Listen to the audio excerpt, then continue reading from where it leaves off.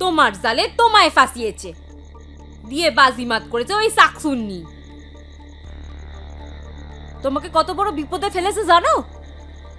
আমার বর, করুণা আর ওই ফটিকের মা সবাই মিলে টিভির সামনে তোমার কুকীর্তি ফাঁস করে দিচ্ছে। এবার পুলিশ এলো বলি।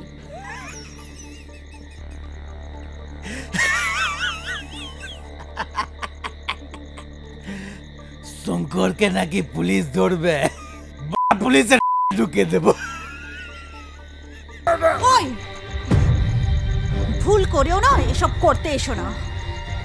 ভালোই ভালোই এখান থেকে চলে যাও, নয়তো কপালে তোমার অনেক দুঃখ আছে।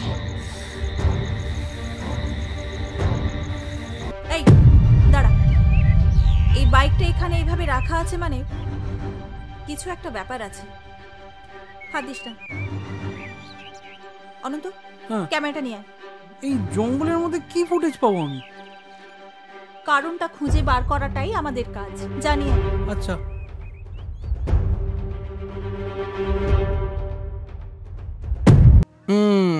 দেখি।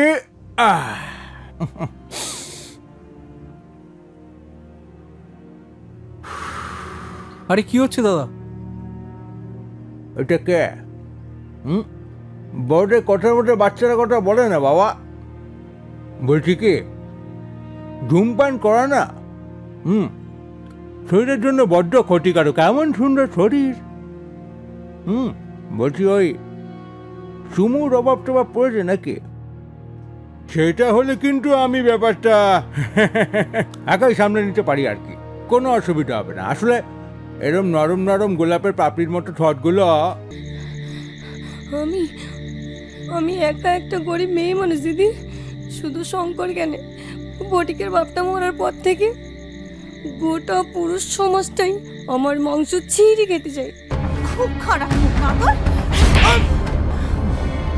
ওই শোন, আমরা হলাম টিভির লোক, ঠিক আছে? জার্নালিস্ট।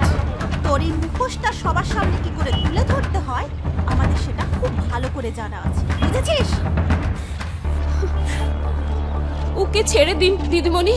ও যদি কোনো ভুল করে থাকে তার জন্য আমি ক্ষমা চাইছি। ওই কে তুমি? ওই লোকটা কে হয় তোমার? এখানে এতগুলো লোক দাঁড়িয়ে দেখছে একটা বদমাশ লোক উচিত শিক্ষা পাচ্ছে, আর তুমি এসেছো ওকে বাঁচাতে। এবার আমি একটা কথা বলি, তুমি যে ইমোশন, এসব মহিলা, এসব টপিক থেকে তুমি একটু বেরিয়ে এসো। কিন্তু শোনো, তুমি আগে একটা শো করেছো, সেটা কিন্তু super flop.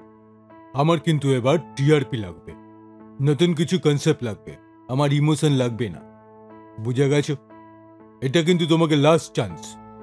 Just do or die, otherwise আমাকে একটা নতুন কিছু ডিসিশন নিতে হবে।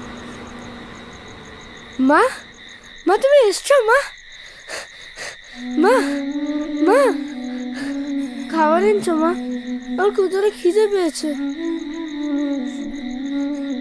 কি হলো মা, খাবার এনেছো?